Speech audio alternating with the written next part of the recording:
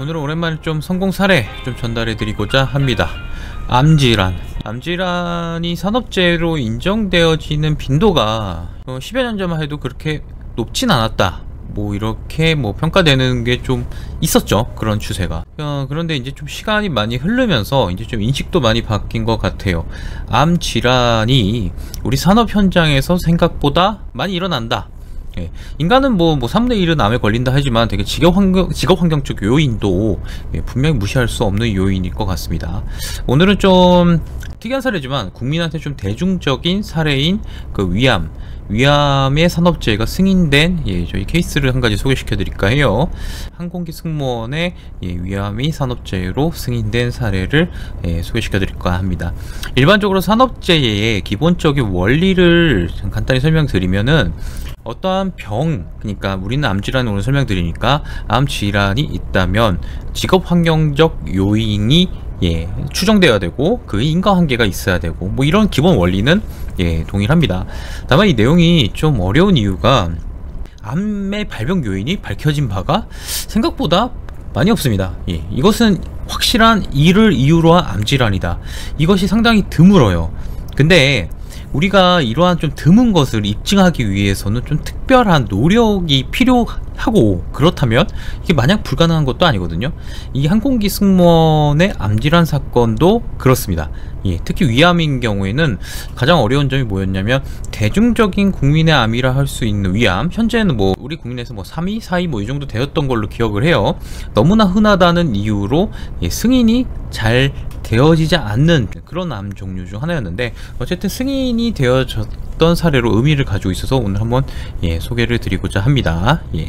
저희 성공 사례고요. 항공기 승무원의 위암, 저희가 이제 왕왕 많이 수행하고 있습니다. 현재도 항공기 우주방사선 피폭, 옛날부터 말을 많았지만 위암이라는 특정 요인에 대해서만큼은 좀 뭐랄까요, 저희한테 상담이 굉장히 많아요. 상담도 많고 다른 고형암 종류로도 상담이 많은 암 중 하나입니다. 근데 지금 대중적으로 우리가 알려져 있기로는 이 항공기 승무원들의 방사선 피폭 양에 대해서는 굉장히 다른 직업보다 상당히 높고, 원자력 같은 곳에서 일하는 또는 비파기 검사자 이런 직업군에 비해서도 굉장히 높은 걸로 이제 정평이 나 있어요. 그럼에도 불구하고 우리는 좀 이게 과연 맞느냐, 의구심이 이제 굉장히 많아왔고, 그것 때문에 좀 많은 힘든 시간을 좀 겪어왔던 것도 사실입니다. 우리가 위험 요인이라는 건 주로 이제 전리방사선이라는 것들이요. 일단 전리방사선이라는 게 뭐냐? 우리가 그 X선, 감마선, 베타선 이런 얘기는 좀 들어보셨을지 모르겠어요. 이런 종류 우리가 흔히 CT 찍을 때도 굉장히 많은 전리방사선에 피폭된다 이런 얘기를 하고 있잖아요. 이런 전리방사선은 기본적으로 우리 인체에 유해한 영향을 준다는 것이 정평이 나 있어요. 국자연구소에서도 1급 발암물질로 이제 취급을 하고 있는 그런 좀 위험 물질이죠. 근데 이제 한 가지 그런 면도 있어요. 우리가 살면서 마냥 피하기도 어려워요. 그래서 이제 어떤 표현을 쓰고 있냐면, 국제방사선 방호협회도 그렇고 각종 단체, 특히 우리 원자력안전위원회 이런 데에서도 그렇지만, 합리적으로 최소화할 수만큼은 피해봐라, 이것이 이제 기조예요. 합리적으로 피할 수 있을 만큼. 이게 참 이상한 얘기죠. 그래서 제가 좀 배경 지식을 간단히 설명드리면, 이 합리적인 수치에 대해서 국제방사선 방호협회는 일반인한테는 1mm 시버트를 권장하고 있어요, 연간. 근데 아이러니하게도 이게 승무원 같은 방사선 관련 종사자들 같은 경우에는 훨씬 높은 숫자를 용인해주고 있어요. 이게 무슨 의미냐? 어쩔 수 없다는 거예요. 어쩔 수 없다는 거. 그러니까 어쩔 수 없이 노출되는 것에 대해 사회적 합의 수준이 이 정도지, 결코 이 어느 특정 방사선 양보다는 안전하기 때문에 우리 몸이 괜찮다 이런 개념이 아니라는 겁니다. 이제 이 사건 인간이 왜 어려웠던 이유는 사실은 이 질병의 특징 때문이에요. 위암, 국민암. 근데 제가 이제 배경을 잠깐 설명드리면은, 전리방사선이라는 것은 우리 몸의 거의 모든 암과의 유관한 관련성이 있다고 정평이 좀 나 있어요. 위암도 우주방사선, 전리방사선과 연관이 있다 라는 것은 국자연구소에서 발표하고 있는 사안이기도 하고 우리 교과서에도 나오는 얘기입니다. 다만 문제는 위암이 대중적이라는 이 편견을 넘어서는 것이 너무 힘들었던 그런 과정이었어요. 이 사건 배경 좀 설명드리면은 뭐 승인까지 쉽지도 않았습니다, 사실. 전리방사능 국제연구소가 공식 인정한 1급 발암물질이다. 1급 발암물질이 뭐냐면은 충분한 연구를 통해서 인간에게 유해성을 끼쳐진다고 확인된 물질을 말하는 거예요. 예. 우리 조금 배경 지식을 좀 설명드리면은, 이걸 한 번에 많이 쓰면, 한 번에 만약에 뭐 100mSv 이상, 예, 우리가 노출됐다, 죽어요.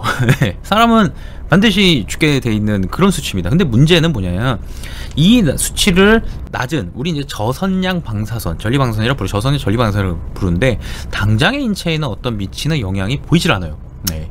근데 이게 꾸준하게 누적이 돼 왔다면 인체에 어떤 영향을 미치는지에 대해서는 상당수 의학자들, 과학자들이 굉장히 위험하다 라는 표현을 쓰고 있습니다. 이게 왜 위험한지는 다 설명드리면 좀 어렵지만, 어떠한 나쁜 물질을 이만큼 하다가 여기서부터 딱 문제가 되면 여기서부터 암, 여기서부터 암이 아님, 이런 개념이 아니에요. 이게 어떤 개념이냐면은, 노출되는 피폭 선량만큼 암은 같이 올라가는 거예요. 뭐 전리방사선 노출 기준이 이제 항공승무원 같은 경우는 연간 6mSv가 지금 국토부에서 정하고 있는 기준인데, 그럼 연간 6mSv 이하면은 내 몸이 안전해? 안 그렇다니까요. 네. 아까도 얘기했지만 국제방사선 방어협회는 1mSv를 일반인한테 권장하고 있어요. 6mSv는 거의 6배예요, 6배. 안전할까요? 네. 노출되는 만큼에 따라서 위험도는 그에 비례해서 같이 상승하는 개념이에요. 예. 이러니까 이게 문제가 되어지고 있는 거고요. 사실 제가 이 일을 2018년경부터 추적하고 계속 관찰해서 산업재해를 시행하고 있는데, 최근 25년도에는 24년도의 연구 기록 25년도 초에 넘으면서 저는 약간 확신은 가지고 있습니다. 승무원들 장시간 비행은 인체에 어떤 영향은 분명히 미치고 있다. 왜 그런 확신을 가지냐면은, 최근에 국감 자료에서 발표된 통계를 봤을 때는 승무원들 혈액 수치가 굉장히 이상했어요. 예. 그러니까 이게 국가적인 연구가 지금 필요한 사항은 맞아요. 도대체 무슨 일이 벌어지고 있는지, 예, 필요한 사항은 맞아요. 그러니까 뭐 승인을 해주는 경우도 계속 나타나는 거, 이것 때문이죠. 기록 보죠. 항공승무원은 평균 피폭량은 원자력 종사자는 X승보다 3배에서 5배가 많다. 이거 그냥 공식적인 거예요. 공식적인. 우리가 만들어낸 게 아니라 그냥, 예, 제가 측정한 게 아니라 우리나라에 있는 공공단체들, 산업안전공단 이런 데서 측정해서 연구한 자료들입니다. 저희 이제 어떻게 문제를 해결했냐면, 문제 2018년부터 저희가 계속 수행을 해오고 있는데, 여기 10억 건이 있었는데 10억 건 아닙니다. 예, 더 많아요. 대표적인 것은 현재까지는 백혈병, 유방암, 면역계 질환, 뭐 비호지킨 림프종 뭐 이런 것도 대표적인 사례였죠. 그다음 뭐 피부암 관련 사례도 있지만, 이 사례는, 예, 사실은 좀 저도 많이 좀 수임할 때 부담스러웠던 위암이었습니다. 왜 제가 부담스러워했냐면은, 이것을 어떻게 보는지 너무 잘 알고 있기 때문에 좀 그래요. 예, 어떤 시각으로 외부에서 바라보고 있는지, 예, 뭐 그래도 도전은 해야죠. 이 케이스는 어쨌든 25년이면 꽤 장기 근무난 속한 기록에 속합니다. 25년은. 예. 뭐 대부분 그렇지만, 뭐 이 의뢰인도 그 고인이에요. 사실 돌아가셨어요. 예. 어느 날부터 이제 명치 통증을 이제 호소하게 되면서부터 이제 사건이 시작되어졌는데, 사실 승무원들 같은 경우에는 굉장히 건강한 편이죠. 일반 노동자 직군 중에서 제일 건강한 편이에요. 그럼에도 불구하고 이 상병이 이제 발견되는 거예요. 예. 이게 좀 특이한 점이, 젊은 분들일수록 상병 발병이 빨라요. 검사를 했는데도 1년여 만에 불과하고 또 암이 발견이 돼요. 또가 아니죠. 그냥 발견돼요. 그리고 굉장히 진척 속도도 빠르고, 나쁜 경우 사망 속도도 빨라요. 이게 왜, 좀 뭐랄까, 저는 이 항공기 승무원 좀 질환에, 특히 젊은 분들의 암 질환의 좀 특징이 아닌가라는 추정을 하고 있어요. 그리고 대부분의 암 질환은 나이가 들어감으로써 유전자 변이 또는 외부 환경 유전자 변이 뭐 등등이 이해 생기지만, 젊은 분들 같은 경우에 암 질환은 분명히 직업 환경적 요인이 많지 않나라는 의심을 더 많이 갖는 것도 사실이에요. 그리고 속도도 굉장히 빨라요. 예. 자, 기초자는 뭐 비행 로그입니다. 비행 로그는 이제 뭐 저희가 다 설명드리기는 어려운데, 어디서부터 어디까지 뭘 타고 다녔고, 비행기 편명이 뭐고, 노선은 뭐고, 이런 거에 대해서 다 분석 작업을 이제 보통을 합니다. 피폭량은 이제 추정하는 거죠. 추정한다는 이유가 뭐예요? 가서 재질 않았으니까. 예, 다 쟀으면 얼마나 좋았을까. 예, 그럼 이 문제도 피하고 있고 여태까지 안 합니다 이거. 뭐 대부분 항공사는 지금 현재 뭐 카리6M이라는 예측 모델로 피폭량을 추적하고 있는데, 방사선량을 추적하고 있는데, 이거 문제가 좀 있어요. 가속 측정하는 이거 문제 있어요. 저희도 계속 문제 제기하고 있고, 비행 경력이 25년이 되었기 때문에 상당 수준 이상으로 추정되었다. 보통 25년 정도 일하면요 100mSv 거의 가깝게 추정이 돼요. 100mSv는 결코 작은 숫자가 아닙니다. 여러분이 항공기 같은 거를 전문적으로 타지 않는 이상은 절대로 살면서 이런 수치에 노출될 일이 없습니다. 예. 가장 흔함이 위험을 직업상으로 인정받기 위해 추가 주장이 저에게 필요했어요. 왜냐면 이게 승인이 한 번에 안 나요. 이런 것들은. 왜 논쟁이 심하니까. 지금 뭐 유사 사례도 계속 그래요. 연구도 일단 많이 없으니까. 연구가 많이 없다. 제가 여기서 잠깐 좀 텀을 들으면, 희귀병 질환 같은 경우에는, 또는 이렇게 연구가 부족한 질환 같은 경우에는 산업재해에서 무조건 우리한테 나쁘진 않아요. 노동자한테. 그 자체가 오히려 유리한 요소로 보기도 합니다. 네, 법리상 그래요. 최근에 연구가 부족한 거를 무조건 노동자의 편으로 탓으로 어떻게 돌려요? 그죠? 연구가 안 된 걸 어떻게 해요? 네. 거기에 대해서 이제 사회보험적 성격인 산업재해 성격에 대해서 이제 충분히 설명을 하는 자리가 있습니다. 업무상 위험 발병 요인을 추가로 주장하고, 왜 위험이 산업재해가 돼야 되는가에 대해서 굉장히 논쟁을 많이 저희가 유발을 했죠. 그래서 결국에는 뭐 일단 승인이 되어졌다. 근데 뭐 이런 소극적 요인도 발견되지 않는다는 중요하죠. 예.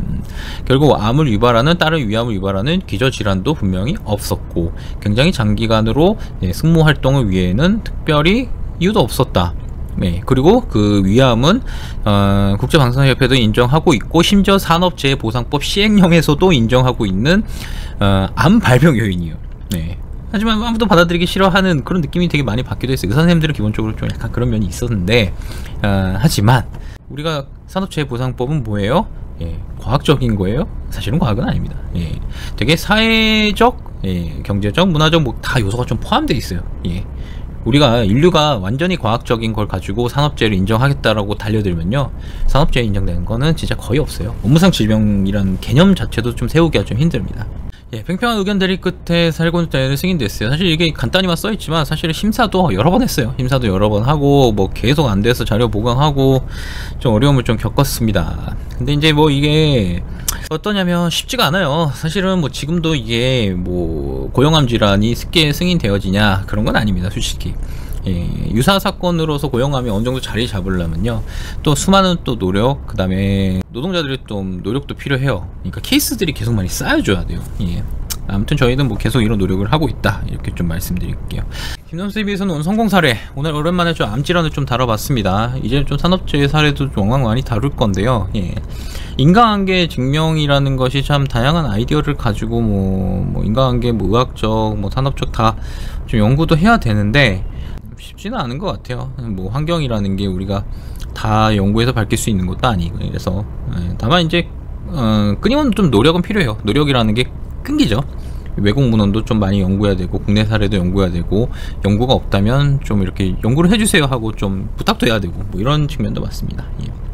자, 오늘 김남수TV에서는 여기까지 설명드리고요. 이와 관련해서 뭐 궁금한 사안이나 말씀 주실 거 있으면은 저희 김남수TV를 찾아주시면 됩니다. 유튜브에서 댓글로 달아주셔도 좋고, 저희 네이버 카페에 있으니까 가입해서 댓글로 남겨주셔도 좋습니다. 글로 남겨주시면 좋고, 그리고 카카오톡에서 친구 찾기 농구부의 시선을 검색하셔서 질의를 주셔도 좋습니다.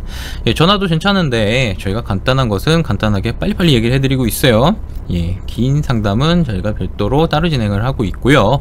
여러분들이 전화는 특히 제가 말씀드리기 중요한 이유가, 급한 걸 yes, no를 하는 건 되게 중요해요. 저희가 그 서비스는 대국민적으로 제공하고 싶어 하는데, 내 얘기 다 들어주세요, 이건 아닙니다. 예, 그건 말씀드리고 싶고요. 자, 오늘 여기까지 하고요. 좋아요, 구독까지 부탁드리고, 계속해서 좀 많은 컨텐츠 제공할 수 있도록 노력하겠습니다. 여기까지 하겠습니다. 감사합니다.